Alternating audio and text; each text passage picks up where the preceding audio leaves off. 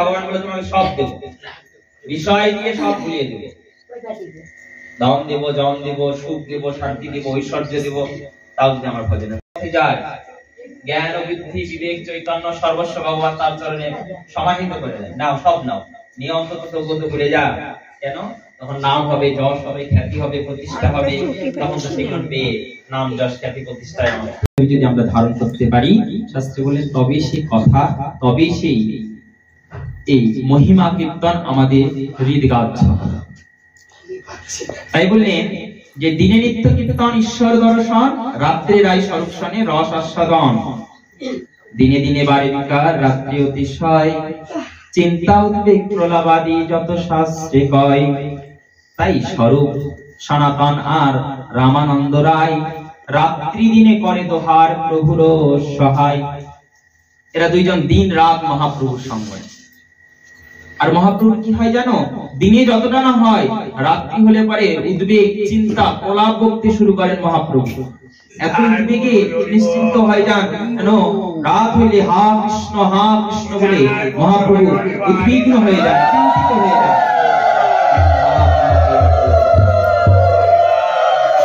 সেই কৃপাপ্রবণ মহাপ্রভু আমাদের অন্তরঙ্গ ভক্তদেরকে নিয়ে সেই প্রেমরস আদি ভক্তি আস্বাদন করছে। কিন্তু সারা জীবন তো সমান যায় না সবার।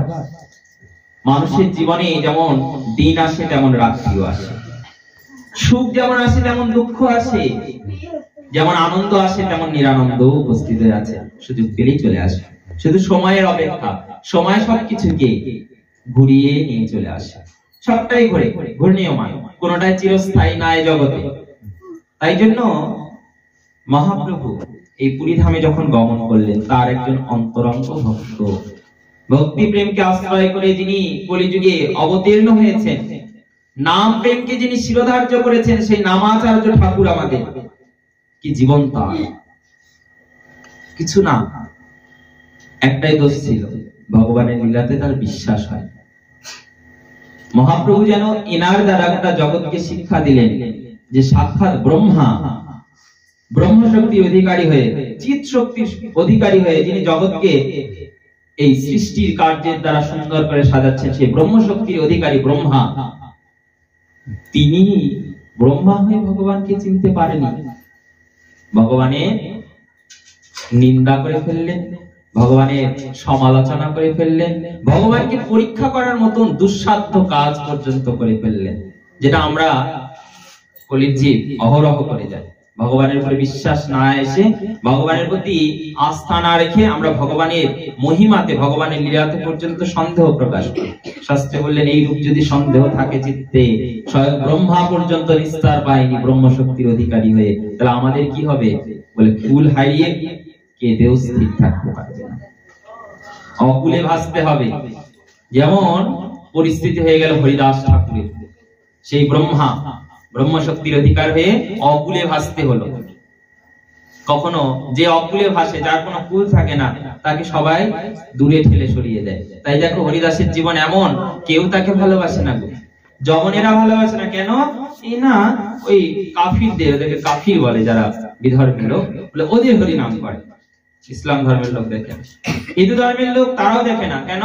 বলে এটা মুসলিম হয়ে আমাদের হরি নাম করে, আমাদের নামকে বদনাম করে। তাই হিন্দুরাও দেখে না, মুসলিমরাও দেখে না, কেউ তাকে দেখতে পারে না। এইভাবে জীবন কাটছে, অকুলে ভাসছে হরিদাস।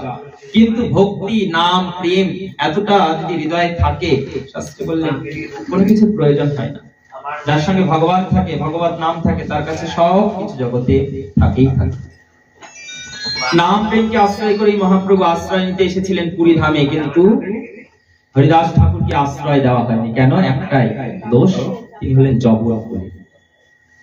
মহাপ্রভু বললেন হরিদাস, তোমার মহিমা কেউ জগতে জানে না, তাই তুমি দুঃখ করো না, তুমি অদূরে এই পুরী মন্দির চত্বর থেকে দূরে বসে ভজন করো। হরিদাস ঠাকুর বললেন আমি দূরে থাকবো প্রভু, আমার তো এই জগতে কেউ নেই, আমার গতি কি হবে?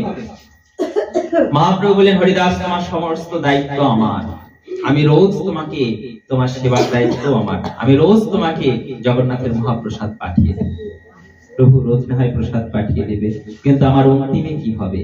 আপনি তো মন্দিরে থাকবে, কবে আমার যে অন্তিম দিন আসবে মহাপ্রভু বললেন, হরিদাস চিন্তা করো কেন? যার দায়িত্ব আমি নিজে গ্রহণ করি তার সর্বস্বতা আমার। তুমি নিশ্চিন্তে ভজন করো, তোমার জন্ম মৃত্যু কর্মের সব দায়িত্ব আমার। তুমি সবকিছু চিত্ত মন আমার প্রতি সমর্পণ করে দাও, আমি তোমার সব দায়িত্ব। ভজন করলেন, সব দায়িত্ব। কোথায় ভজন করবেন? হরিদাসের মতন ভক্ত ভজন করবেন কোন জায়গায়? মহাপ্রভু চিন্তিত। তাই জন্য কি করেছিলেন? জগন্নাথের প্রসাদী দন্ত কাষ্ঠ দিয়ে হরিদাস যেখানে বসে ভজন করতেন, জপ করতেন, সেই শূন্য স্থানে তিনি রোপণ করে দিয়েছেন হরিদাসের পশ্চাতে।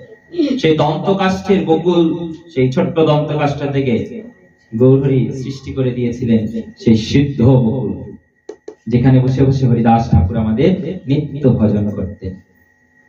প্রভু কোন দর্শন স্পর্শ যে পাবে না, আপনার সঙ্গে হবে না, হরিদাস ওখানেই বসে থাকবে, থেকে অদূর থেকে ওই মন্দিরের চক্র আর ধ্বজা দর্শন করবে।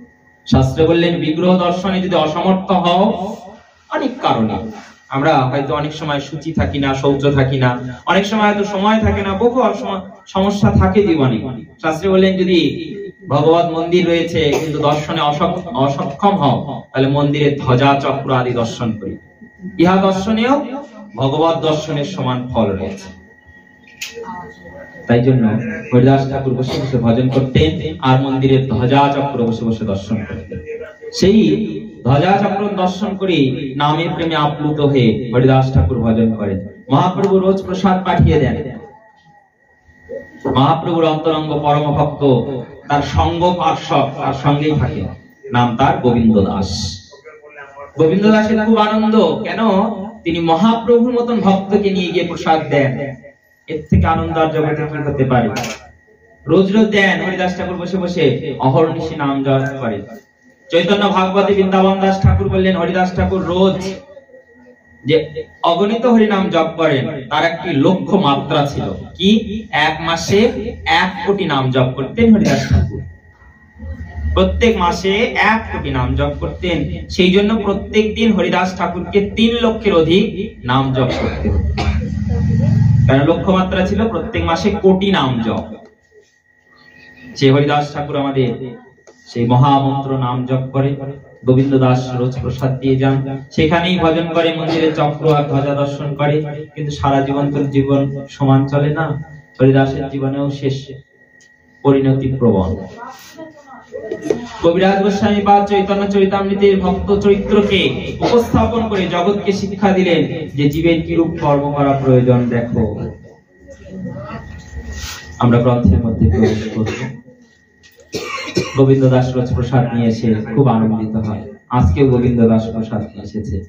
কবিরাজ গোস্বামী পাদ বর্ণনা করছেন, একদিন গোবিন্দ দাস মহাপ্রসাদ লইয়া হরিদাস দিতে গেলা আনন্দিত হইয়া।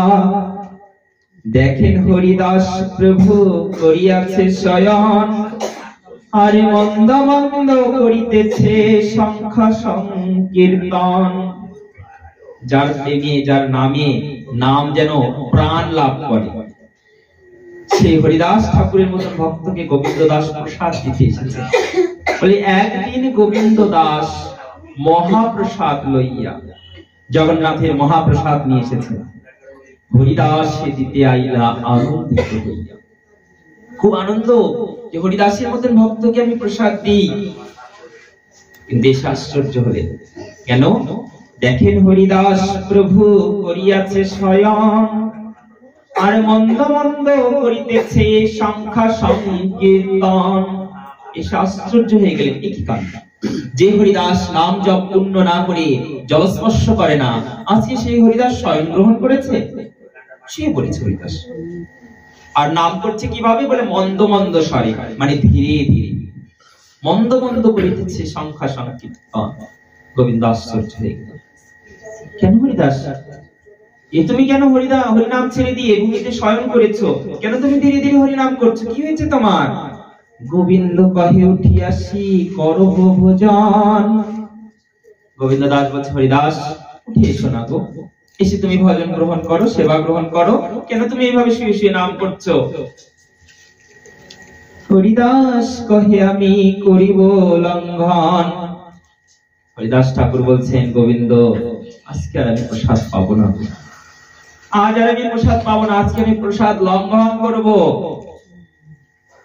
গোবিন্দ দাস শুনে বলছে, হরিদাস তুমি কি জগতে প্রসাদের মহিমা জানো না? কত কৃপার ফলে এই প্রসাদ জগৎ যে প্রাপ্ত হয়েছে। তুমি এত কৃপাপ্রবণ, শাস্ত্রে বলেন চারিখানা দ্রব্য এই জগতে অভিন্ন মহিমা ধন্য। কি? মহাপ্রসাদে নাম বৈষ্ণব, মহাপ্রসাদে গোবিন্দে নাম বৈষ্ণবে। স্বয়ং গোবিন্দ ভগবান, তার প্রসাদ, তার হরিনাম, আর তার ভক্ত প্রবর বৈষ্ণব, যিনি শুদ্ধ বৈষ্ণব। শাস্ত্রে বললেন এই বৈষ্ণব, তার প্রসাদ, তার হরিনাম আর স্বয়ং ভগবান, এই চারজনের মহিমা অভিন্ন। চারজনের মধ্যে যদি একটাকে পেয়ে যাও, জানিবে ভগবান পেয়ে গেছে। গোবিন্দ পেয়েছে মানে তো সাক্ষাৎ ভগবান পেয়ে গেছে, তার প্রসাদ পেয়েছে মানে সাক্ষাৎ ভগবান পেয়ে গেছে, তার হরিনাম কোথাও কীর্তন হচ্ছে যেন সাক্ষাৎ ভগবান পেয়েছে। কেন? কলিযুগে নাম রূপেই ভগবানের অবতার। আর হলো তার ভক্ত প্রবর বৈষ্ণব, শুদ্ধ বৈষ্ণব যদি প্রাপ্ত হও, জানবে স্বয়ং ভগবানকে পেয়ে গেছে, আর জীবনে কিছু দরকার নেই। বৈষ্ণবেরও পদধূলি তাহে মোর স্নান করি, বৈষ্ণবেরও নামেতে তল। বৈষ্ণব প্রাপ্তিতে বলে সব হয়ে যায় জীবে, সবকিছু প্রাপ্তি হয়ে যায়, আর কিছু করার ক্রিয়ার কিছু বাকি থাকে না যদি বৈষ্ণব চরণে নিজেকে সমর্পণ করে দিতে পারে। কোন ক্রিয়া, কোন কর্মে কোনো বাকি থাকে না যদি বৈষ্ণব চরণে নিজেকে সমর্পণ করা যায়। তাই করলে হরিদাস ঠাকুর তাকে প্রসাদ দিতে এসেছে, প্রসাদ গ্রহণ করছে না। গোবিন্দ দাস বলছে, কেন প্রসাদ পাবে না কেন? প্রসাদকে অবমাননা করা মানে স্বয়ং ভগবানকে অবমাননা করা। তাই জন্য প্রসাদ যখনই পাবে সঙ্গে সঙ্গে গ্রহণ করিবে, কখনো বলিবে না একটু পরে। প্রসাদকে যদি অপেক্ষা করাও, যাতে ভগবানকে ফিরিয়ে দিই, ভগবান তোমার কাছে এসেছে, পাওয়া মাত্রাকে জিভাই দাও, প্রসাদের সম্মান রাখো। কেন পাবে না প্রসাদ? হরিদাস কি হয়েছে তোমার? কি হয়েছে শুনবে, শুনবে গোবিন্দ দাস কি হয়েছে? বলে সংখ্যা সংকীর্তন করে নাহি কেমনে খাইব, আবার মহাপ্রসাদ আনিয়াছ কেমনে উপেক্ষিব। আমার দুই দিকেই সমস্যা। এক হইল আমি যে সংখ্যা মাত্রা স্থির করে হরিনাম জপ করি, ও গোবিন্দ, এই মনুষ্য দেহ তো ভগবান দিয়েছে ভজনের জন্য, ভগবানের সেবা করার জন্য। ভজন না করে ভজন করি কি করে বলো দেখি? ভগবানের স্মরণ নিলাম না, ভগবানের কোনো সেবা করলাম না, না করি আমি কি করে নিজে সেবা গ্রহণ করি? আজ তো আমি সেবা করতে অক্ষম, আমার শরীরে যেন বল পাচ্ছি না। আমি সব রয়েছে তবু যেন আমি শরীরে কোনো বল পাচ্ছি না। তাই জন্য আমার সংখ্যা কীর্তন সংখ্যা মাত্রা পূর্ণ হয়নি হরিদাস, আমি কি করে ভজন গ্রহণ করিব? তাই জন্য বলে সংখ্যা কীর্তন করে নাহি কেমনে খাইব, ভজন করিনি, ভজন করব কি করে? অধিকার নেই জীবে। আমরা মাতৃগর্ভ থেকে বিদায় নেওয়ার সময় প্রতিশ্রুতি করে এসেছি, প্রভু জগতে গিয়ে তোমার ভজন করব। কিন্তু এই জগতে এসে কার ভজন করছি? মায়ার ভজন করছি, স্বজনের ভজন করছি, বিষয়ের ভজনা করছি, বিষয়ের কীর্তন করছি, বিষয়ের গুণগান করছি।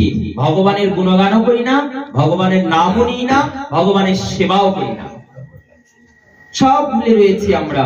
কিন্তু হরিদাস ঠাকুর বললেন, এটা কি বলা ঠিক গোবিন্দ? আমার যে ভজন হয়নি, আমি ভজন করি কি করে? কিন্তু আবার এটাও ঠিক গোবিন্দ, প্রসাদ এনেছো, প্রসাদকে উপেক্ষা করি কি করে?